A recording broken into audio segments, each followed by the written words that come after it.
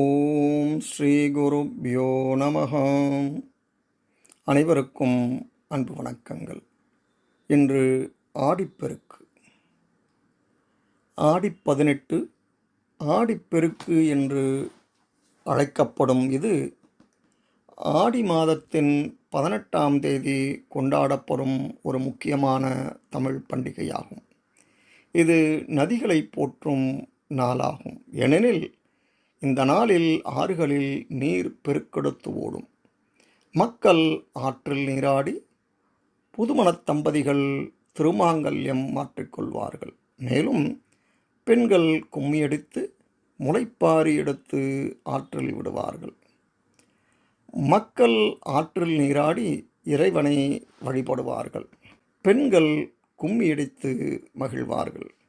இந்த நாளில் பலரும் புண்ணிய காரியங்கள் பலவற்றை செய்வார்கள். அதாவது புதிய தொழில் தொடங்குவது, வீடு கட்டுவது போன்றவற்றை செய்வார்கள்.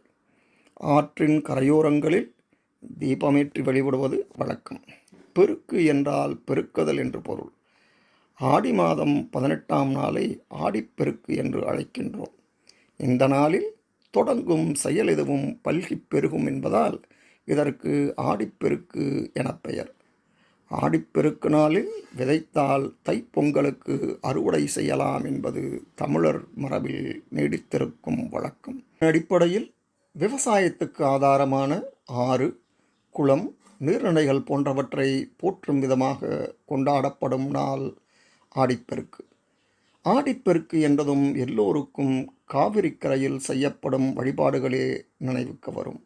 ஆனால் காவிரிக்கரையில் உள்ளவர்கள் மட்டுமல்ல, சகலரும் வழிபட வேண்டிய ஒரு அற்புதமான திருநாள்தான் இந்த ஆடிப்பெருக்கு. இந்த ஆடி உங்கள் அனைவருக்கும் எல்லாவித நலமும் வளமும் வழங்க அன்னையை வணங்கி விடைபெறுகிறேன். நன்றி, வணக்கம்.